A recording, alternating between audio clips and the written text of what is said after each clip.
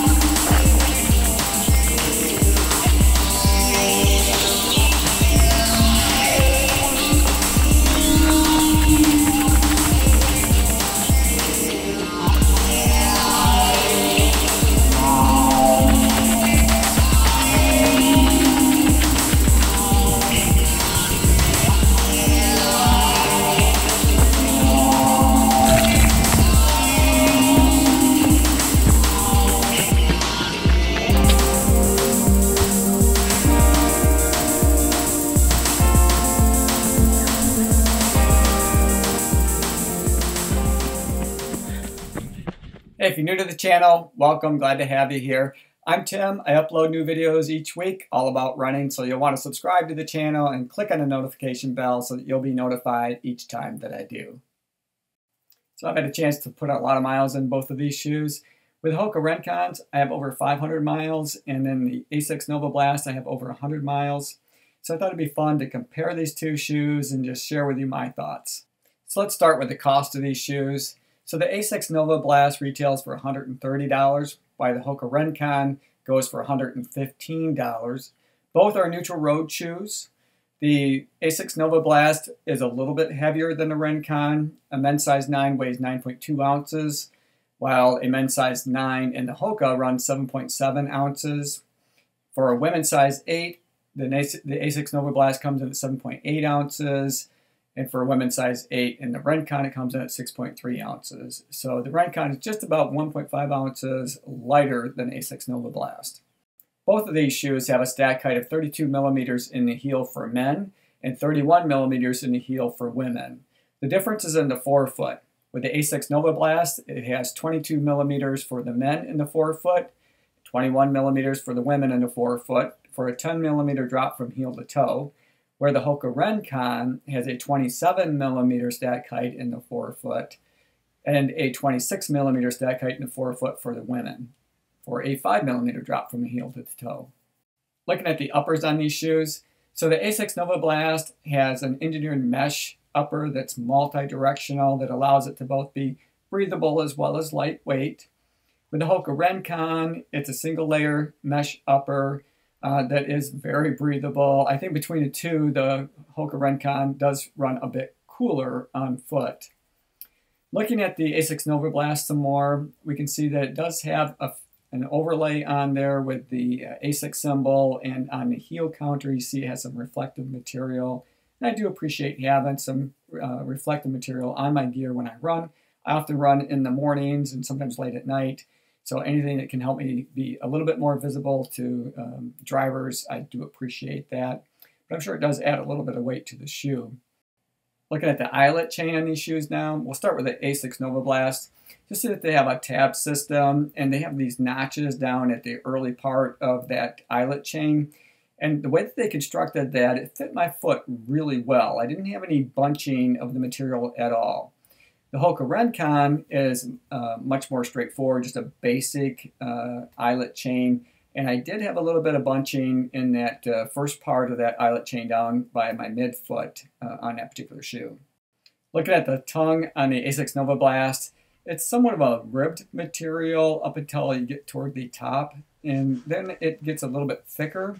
I did have a bit of an issue on the side of the tongue there at the top where it does get a little bit more padded, kind of digging into the side of my foot a little bit. So I ended up having to tie my shoe just a little bit looser at the top in order to avoid that discomfort. I didn't have that issue with the Rincon at all. That tongue is pretty much the same thickness throughout, and it's pretty thin, but very comfortable and more than adequate to do the job. Looking at the insole of the Asics Novablast, it has some structure to it. It does provide some support both in your arch as well as your heel cup area. Unlike the Hoka Rincon that is just paper thin, so much so that I couldn't run in it initially. I couldn't run in the shoes at all because it had some rubbing around my ankle area. I needed an insole that was a little bit taller, just had a little bit more height to it. So I simply grabbed a pair of insoles out of another pair of Hokas that I had run in previously, and that solved the problem. But nonetheless, there is a big difference between the insoles in these shoes. Looking at the collar as well as the heel tab, both are well padded. And I felt very comfortable in the Novablast as well as the Rincon. So looking at the fit of these shoes, with the Novablast, I felt like there was more room in the toe box. I did feel secure from the midfoot all the way back to the heel cup. The Hoka Rincons fit more snug, especially in that toe box area. It felt more like a racing shoe on foot than the Asics Novablast did. But in both shoes, I did feel like I was locked in pretty well, and I didn't have any heel slippage in either one, not up or down or side to side. Turning now to the midsoles. Looking at the Novablast, they have their Flight Foam Blast material that is from heel to toe. And you'll see it's got some pretty cool geometric designs and shapes that have been sculpted into that foam. But Asics points out that that's not just for looks. Those were specifically designed to maximize the bounce of the shoe. Now with the Hoka Rincon, they have EVA foam that goes from heel to toe. And they started sculpting their foam right around that midfoot area. They call it an early stage meta rocker, and meta simply stands for metatarsal, meaning that they started sculpting that foam right around the metatarsal head in your foot, which would be around that forefoot, to allow you to roll through your foot strike a little quicker and a little easier. Looking at the outsole on the Novablast, you'll see that they have it covered with their AHR Plus rubber. Now they say that this plus material is 50% more durable than their high abrasion rubber that they've used in other shoes in the past. And it's pretty much in all of the high abrasion areas that you would expect to find on a shoe from the heel to the toe. With the Hoka Rincon, they have it just in strategic areas. So they've placed rubber in the heel as well as a little bit in the midfoot and in the toe area where you would toe off. So in order to give you the best comparison that I could, I ran in these shoes back to back because it had been a while since I'd put miles on either one of these. So in that run sequence, you'll notice that I ran the exact same route. I took the Asics Novablast out first, and then I immediately put on the Hoka Rincons and ran that same route over again.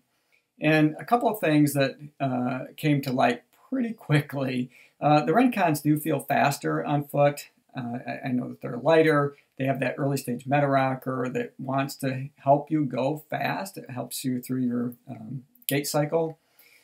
However, the Asics Novablast are far more cushioned. Both shoes are highly cushioned, don't get me wrong.